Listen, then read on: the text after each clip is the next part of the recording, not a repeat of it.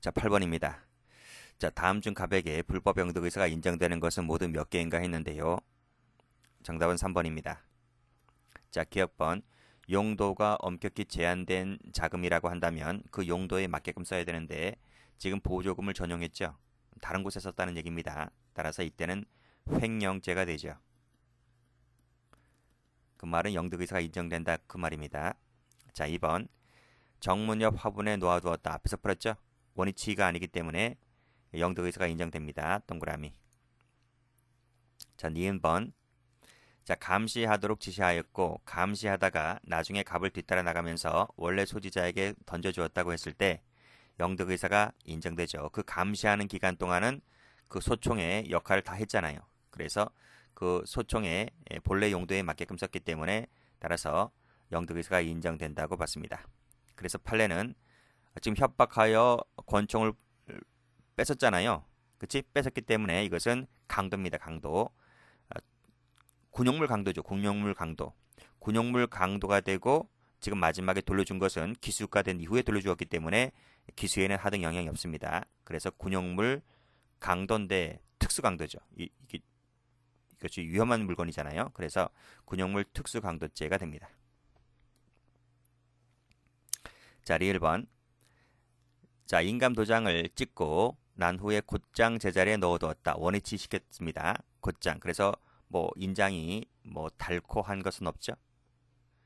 그대로 돌려줬기 때문에 사용 절도가 됩니다. 그래서 영득 이 도장에 대해서는 영득 의사가 부인되죠. 그래서 옳은 것은 3개. 자, 9번입니다. 경체 문제입니다. 옳지 않은 것을 골라라. 정답은 3번. 자, 횡령죄에서 자기 또는 제3자의 이익이 아니라 그 소유자의 이익을 위해서 처분한 경우에는 영득 의사가 인정되지 않는다는 것이 판례입니다. 2번. 횡령죄에 있어서 업무상 타인의 재물을 보관하는 자가 반드시 자기 스스로 영득해야 할 필요는 없는 거죠. 3번.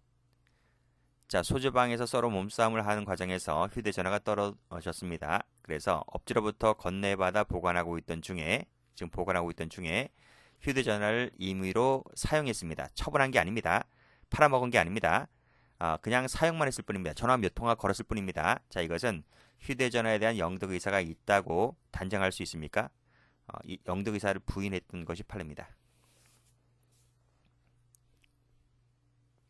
사용만 한 것으로는 부인되는 거예요. 처분했으면 모를까? 자, 용도가 엄격히 제한된 자금을 다른 용도로 썼기 때문에 영득 의사가 인정된다라고 앞에서 설명드렸고,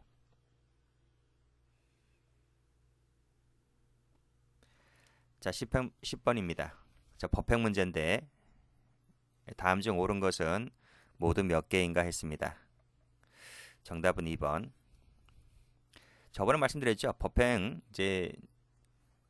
과목에서 형법 과목이 빠졌습니다. 더 이상 이제 법행은 이제 형법이 출제가 되질 않아요.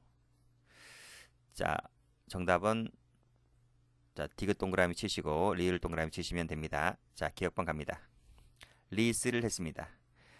리스란 말이 임대죠. 임대하여 운행하던 도중에 쭉 읽어보시고 뭐 변제하지 못하자 사채업자는 위 차량을 매도하였는데 이런 말 나와 있습니다. 이때 그 리스한 갑이 보조 열쇠를 이용하여 위 승용차를 병 몰래 임의로 가져갔다. 그래서 캐피탈 회사에 반납을 했다는 거죠. 차량 원래 소유자는 이제 캐피탈이니까요. 캐피탈 소유주가 되고 자기는 임차인이고요. 을 캐피탈은 이제 임대인이 되는 거죠. 이것을 사채업자에게 매도를 한 겁니다. 그러니까 약정 기간이 이제 만료가 되니까 이제 갑이 이제 큰일 난 거예요. 그래서 이제 차량을 몰래 가져온 거예요. 자, 반납을 하게 되면 절도가 안 됩니까? 절도가 되는 거죠. 그러니까 지금 차량을 누가 점유하고 있습니까? 사채업자가 점유를 하고 있잖아요. 타인 점유죠. 소유자는 을이 소유자가 되는 거잖아요. 그리고 또 매도했다는 부분 때문에 소유권을 넘어갈 수도 있는 겁니다. 그래서 몰래 가져갔다는 것은 당연히 절도가 되는 거죠. 영득 의사가 인정됩니다. 어렵다 X. 자, 그래서 이 기억번 이 사실관계는 이런데 이 사실관계보다도 더 출제가 잘 되는 것이 요 판결 요지입니다. 이 판결 요지를 별표 쳐보시고 그래서 이런 내용이 나오는 겁니다. 자, 어떤 물건을 점유자 의사에 반하여 취득하는 행위가, 즉 그 사채업자의 의사에 반하여 취득하는 행위가 결과적으로 놓고 봤을 때 그 캐피탈 소유의 이익으로 된다고 할 만한 사정이 있다손 치더라도, 그쵸? 있다손 치더라도 영득 의사가 있다고 봐야 된다, 이런 말입니다. 그래서 절도다, 이런 말이죠.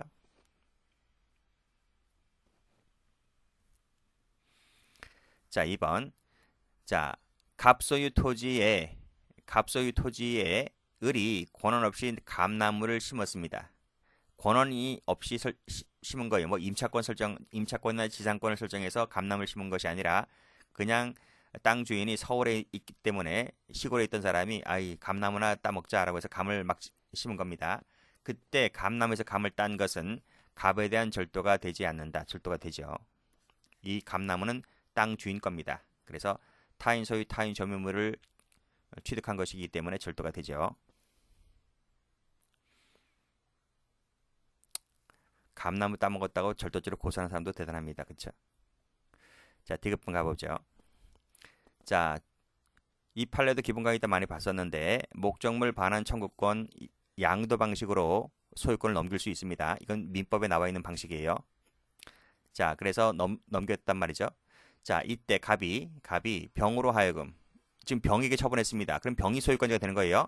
병으로 하여금, 야, 내가 이 청구권 너한테 팔아먹었으니까 너가 가서 이 물건 가져가, 이 네 거야 라고 해서 이제 취득하게 한 겁니다. 그래서 병이 이 물건을 가져간 거예요. 그러면 이건 병 소유권자라니까요. 이 반환 청구권을 내가 양도받은 부분이기 때문에 이 사람이 소유권자가 되는 것이므로, 따라서 갑이 물건을 가져온 것은 절도가 아니듯이 담보권자인 갑도 절도가 되는 것이 아닙니다. 자, 그래서 절도죄가 되지를 않는다. 맞습니다. 원래 소유권자는 이 사람이 소유권자입니다. 담보권자가 소유권자거든요. 이 소유권자가 채무자에게 설정한 그 반환 청구권, 그 청구권을 넘긴 겁니다. 청구권을 넘긴 형태이기 때문에 소유권이 넘어갔다고 보시면 됩니다. 그래서 병이 절도가 아니듯이 갑에게도 절도가 아닌 겁니다. 해설 가보면 여기 나와 있죠. 여기 목적물의 인도는 목적물 반환 청구권을 양도받는 방법으로도 얼마든지 가능하다, 이런 얘기입니다. 그래서 이런 자세한 것은 기본 강의 때 설명을 드린 것이고, 그래서 이 부분은 이 병이란 사람이 물건을 가져오게 한 것은 자기 물건을 가져온 것이기 때문에 절도가 되지 않는다는 그런 법리입니다. 자리 1번. 실질적으로는 갑의 소유인 자동차에 대하여, 자, 지금 장애인 면세 혜택을 받기 위하여 을의 어머니 병의 명의를 빌려 등록하였다. 자, 명의가 누구 겁니까? 어머니 병 명의입니다. 그럼 병이 소유자가 된 거예요. 자, 갑은 누굽니까? 갑은 예비사위죠. 그런데 사이가 나빠지다 보니 안 되겠다. 이 차량 내가 내 돈 주고 산 거지, 뭐 예비 장모는 명의만 빌려준 것밖에 더 있어? 이 차량은 내 거야 라고 하면서 이 차량을 이제 훔쳐오게 되는 거죠. 이 차량을 갑이 타고 다닌 거죠. 갑이 타고 다녔는데 이제 사이가 나빠지다 보니까 이 아내 될 사람이 엄마, 저 차량 엄마 명의로 되어 있는 거야.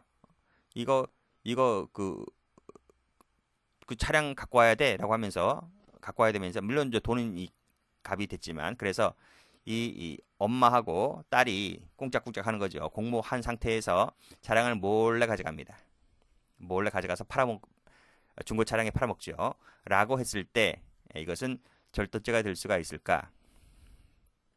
절도죄가 되죠. 됩니다. 이 차량은 누구 거기 때문에? 갑 겁니다.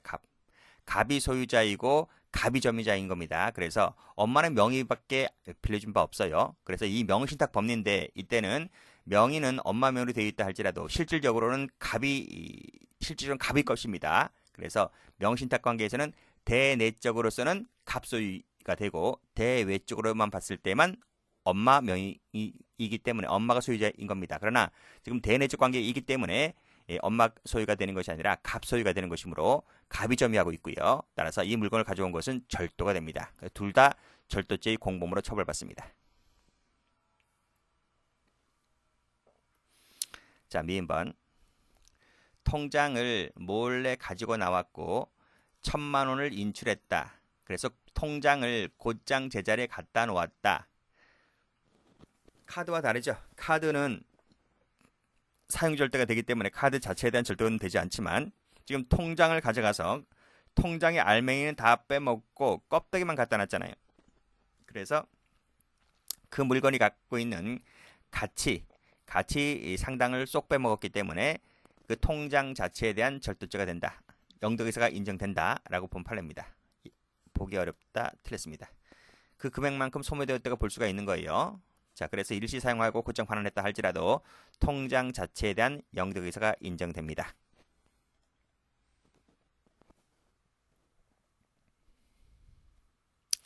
이해가 안 되시는 분들은 혹시라도 한 개라도 이해가 안 되시는 분들은 기본 강의 다시 유튜브에서 들으시면 됩니다. 자, 다음 중 옳지 않은 것은 했습니다. 정답은 1번입니다.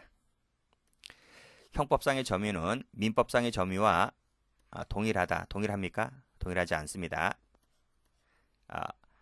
앞에서 약간 말씀드렸는데 민법에서는 점유가 상속됩니다. 근데 형법에서는 점유가 상속되지 않습니다. 점유라고 하는 것은 순수한 사실상의 지배관계는 맞아요. 맞지만 동일하지는 않습니다. 상속뿐만 아니고 여러 가지 면에서 약간 차이가 있습니다. 절취는 이러이러한 행위를 말한다. 맞습니다. 동업자, 조합원, 부부 사이 대등하게 재물을 점유하는 이 공유 합유물 총유물이죠. 그렇죠? 자, 동업자나 조합원, 부부 사이에서 하는 점유는 공유, 합유, 총유라고 민법에서 세세하게 이제 구분하는데 어쨌든 이 공유자 사이의 점유는 타인성이 인정됩니다.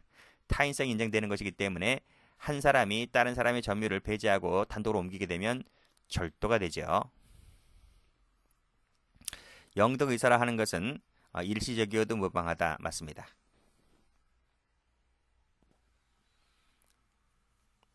자, 12번. 가백의 영득의사가 인정되는 사례를 모두 골라라. 답은 4번입니다. 자, 기억번. 8m 되는 곳에 놓아두었죠. 원위치 아니죠. 본래 있던 곳에서 8m 떨어졌잖아요. 우리가 이것을 판례를 원위치가 아니기 때문에 영득의사가 인정된다고 봅니다. 동그라미 치시고. 도장을 곧 제자리에 갖다 놓았단 말은 사용절도죠. 사용절도이기 때문에 도장에 대한 영득의사는 부인됩니다. 가로 열고 사용절도. 혹시 뭐 사용절도 개념을 모르시고 강의 들으시는 분은 없겠죠.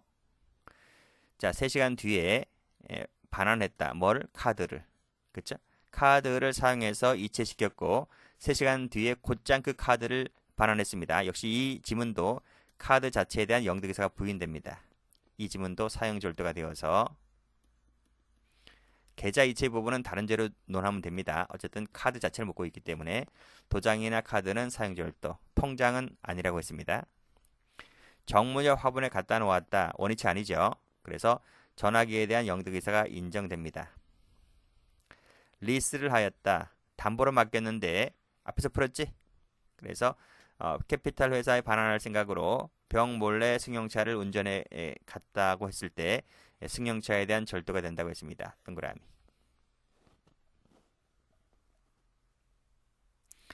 13번. 적절한 것을 골라라. 정답은 3번입니다. 1번 종업원입니다. 점포 주인이 부재 중임을 틈타서 오토바이 한 대를 타고 도주를 합니다. 돈과 함께. 자, 무슨 죄가 되겠습니까? 절도가 됩니까? 절도가 되는 것이 아니라 이 점포 안에 있는 돈은 누구 겁니까? 종업원 겁니까? 주인 거잖아, 주인 거. 그치? 주인 것이고 주인이 나갈 때, 출타할 때 종업원에게 야, 가게에 있는 물건 잘 좀 지켜. 이렇게 부탁하고 나갔습니다. 그래서 이때 종업원은 위탁관계, 보관자가 됩니다. 보관자가 되는데 그 틈을 타서 돈과 이런 것을 꺼내 갔다면 절도가 되는 것이 아니라 타인 소유 자기점이기 때문에 횡령죄가 된다는 것이 판례입니다. 통장 나왔네요. 1,000만 원 빼먹고 껍데기만 곧장 제자리에 갖다 놓았다고 할 때 통장 자체에 대한 절도죄가 됩니다. 곧장 환원하였다 하더라도 영득의사가 있습니다. 절도죄가 됩니다. 절취했으므로 절도죄, 거스름돈 환불받은 것은 불가불적 사후행위가 되죠. 그렇죠? 불사가 된다. 이것은 저 뒤에 총론 시간에 불가불적 사후행위 할 때 배우는 판례입니다. 이 수표는 보세요. 수표를 훔쳤으니까 절도죄. 수표를 음식 대금으로 주었습니다. 그럼 음식점 주인이 손해본 거 있습니까? 수표가 가짜 위조된 수표란 말이 없잖아요. 그럼 진짜 수표라는 얘기거든요. 그치? 수표를 받고 현금 건네주었습니다. 뭐 가게 주인이 손해본 거 있냐고요. 사기당한 거 있어요? 사기당한 거 없어요. 뭐 돈에다 이름 써놨습니까? 그렇잖아요. 그렇기 때문에 이것은 절도받게 되지 않고 거절음동 환불받은 것은 새로운 법익 침해가 없기 때문에 불사가 됩니다. 임대차 기간이 종료가 되었다. 냉장고 전원을 켜둔 채 두었는데 전기세가 나왔습니다. 전기세가. 자, 이 전기세가 나온 부분이 절도죄가 됩니까? 안 됩니까?